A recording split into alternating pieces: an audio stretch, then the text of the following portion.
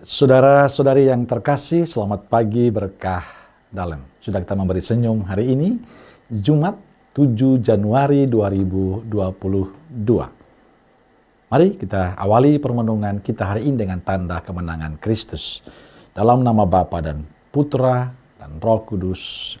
Amin. Permenungan kita diambil dari Injil Lukas, bab 5 ayat 12 sampai 16.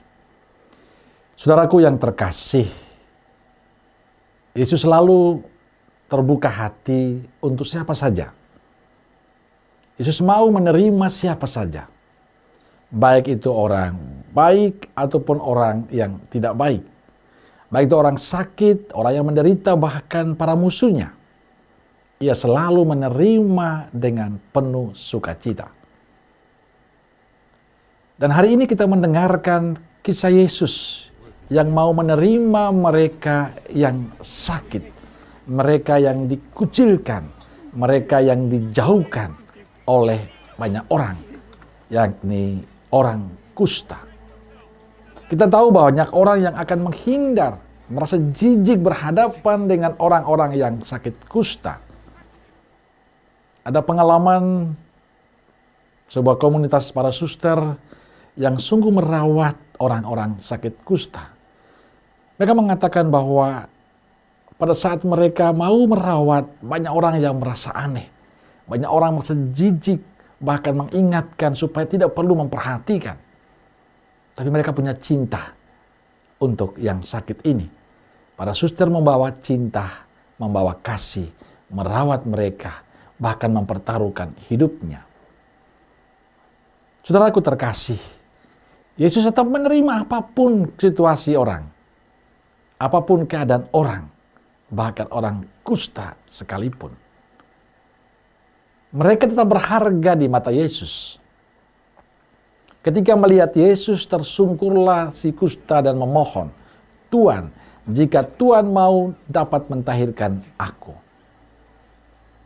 Dan menjadi sesuatu yang indah, maka Yesus mengulurkan tangannya, menjamah orang itu dan berkata, "Aku mau, jadilah engkau tahir."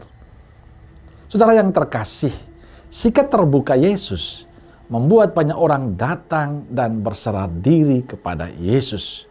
Orang tidak pernah takut dan malu datang kepada Yesus, termasuk yang sakit dan dijauhkan oleh masyarakat sekitarnya. Kisah ini menjadi sebuah permenungan yang indah bagi kita. Yang pertama, saya ingin mengajak kita semua untuk tidak perlu takut dan malu datang kepada Yesus. Kita perlu memiliki keberanian untuk terus datang kepada Yesus. Tidak hanya mempersembahkan sakit fisik, tapi juga sakit rohani kita. Seburuk apapun kita, sejelek apapun kita di mata sesama, kita tetap istimewa, tetap berharga di mata Tuhan. Karena itu tetaplah datang kepada Tuhan dan bangunlah sebuah semangat untuk selalu bersatu dengan Tuhan dalam hidup kita. Dan tentu memperbaharui hidup kita supaya lebih layak di hadapan Tuhan dan sama. Berserah diri dan percaya bahwa Dia akan menerima kita. Sekali lagi, datanglah kepada Tuhan. Saudaraku terkasih, Injil mengatakan pada kita Yesus tidak pernah menolak. Ia terbuka, Ia mau menerima. Tapi pertanyaannya adalah apakah kita berani datang kepada Yesus?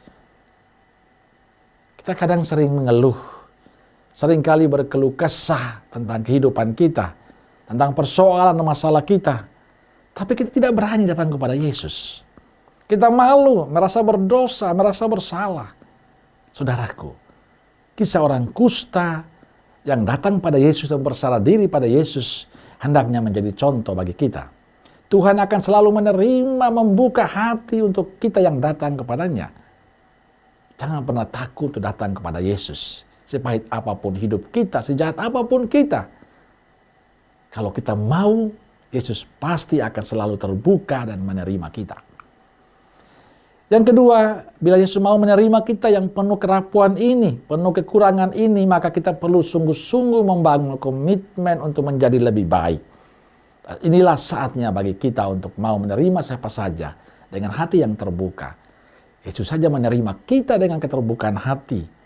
Ayo kita bangun komitmen untuk selalu dekat dengan Dia. Dan tentu pengalaman diterima oleh Yesus hendaknya menggerakkan hati kita untuk mau menerima siapa saja, tidak membeda-bedakan satu dengan yang lain. Saudara yang terkasih, yang ketiga yang ingin saya ajak kita semua adalah ulurkanlah tangan kasih-Mu untuk sesama. Kalau Yesus mengatakan Ia akan menyembuh si kusta dan membawa bahagia, maka saatnya kita membagikan kebahagiaan itu dengan mengulurkan tangan kasih untuk sama yang lain. Siapapun dia. Dikala kita berbuat baik, berkat itu luar biasa kita alami. Saudaraku terkasih, kita bukanlah manusia sempurna, kita manusia rapuh, tapi kita tetap istimewa di mata Tuhan. Karena itu, datanglah kepada Tuhan. Amin. Semoga Allah yang Maha Kasih memberkati saudaraku sekalian, Bapa, Putra, dan Roh Kudus. Amin. Keluarga Kudus Nazaret, doakanlah kami. Amin. Berkah dalam.